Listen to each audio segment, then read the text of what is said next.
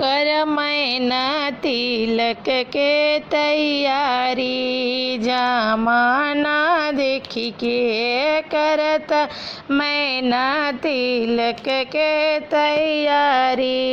जमाना ना शिव के लोटा चाही, ना शिव के थाली चाही, ना शिव के लोटा चाही, ना शिव के थाली चाही।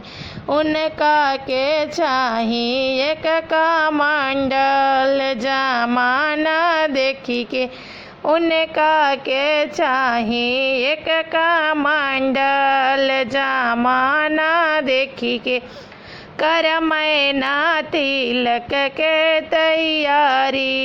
जमाना देखी के ना शिव के घोड़ा चाही, ना शिव के हाथी चाही, उनका तो चाही बसहा बैला। जमाना देखी के उनका तो चाही बसहा बैला।